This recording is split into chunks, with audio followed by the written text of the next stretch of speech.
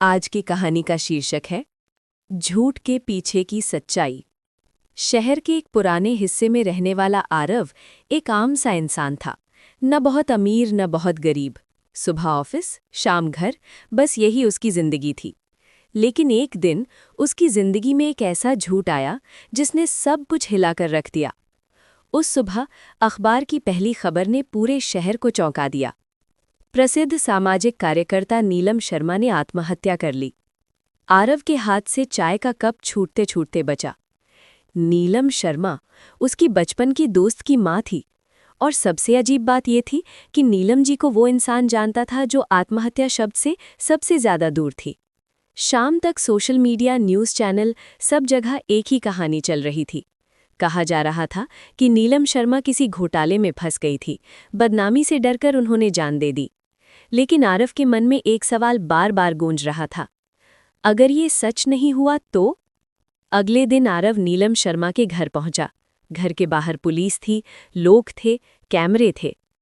लेकिन घर के अंदर एक अजीब सी खामोशी थी। नीलम जी की बेटी अनु, आरव की बचपन की दोस्त, कोने में बैठी थी, आंखें सूखी, चेहरा सुन्न।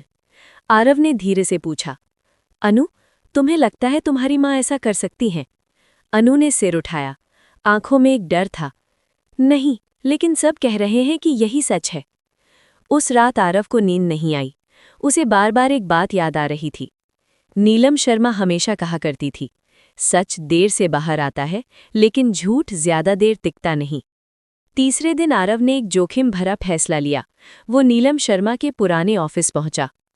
ऑफिस बंद था, लेकिन चौकीदार को पहचान था। अंदर घुसते ही आरव की नज़र एक आधे खुले दराज पर पड़ी। उसमें एक डायरी थी। डायरी के आखिरी पन्ने पर लिखा था, अगर मुझे कुछ हो जाए तो समझ लेना कि ये आत्महत्या नहीं है। कुछ लोग चाहते हैं कि सच कभी बाहर ना आए। आरव की सांसें तेज हो गई। आरव ने धीरे धीरे जांच शुरू की। उसे पता चला कि नीलम शर्मा एक बड़े रियल एस्टेट प्रोजेक्ट के खिलाफ आवाज़ उठा रही थी। उस प्रोजेक्ट में बड़े लोग शामिल थे, राजनीति, पैसा और ताकत। और आत्महत्या से ठीक एक दिन पहले नीलम शर्मा ने एक पत्रकार को कॉल किया था। कॉल रिकॉर्ड अब भी मौजूद था, लेकिन वो कॉल कभी न्यूज़ नहीं बनी। क्यों?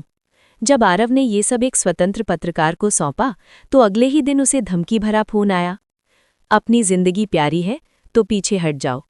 आरव डर गया। पहली बार उसे लगा शायद सच जानना उसकी गलती थी। लेकिन उसी रात उसे अनु का मैसेज आया, अगर आप भी चुप हो गए तो मेरी माँ सच में मर जाएगी। आरव ने तय कर लिया, अब पीछे नहीं हटेगा। एक महीने बाद एक बड़ी न्यूज़ रिपोर्ट आई। नीलम शर्मा की मौत आत्महत्या नहीं, बल्कि सुनियोजित हत्या थी। Diary, call record, CCTV footage सब सामने आ चुका था। जिन लोगों ने झूठ को सच बनाकर पेश किया था, वही अब कटघरे में थे। आरव उस दिन नीलम शर्मा की तस्वीर के सामने खड़ा था। मन में एक ही बात थी, झूठ हमेशा आसान होता है, लेकिन सच किसी न किसी को उसकी कीमत चुकानी पड़ती है।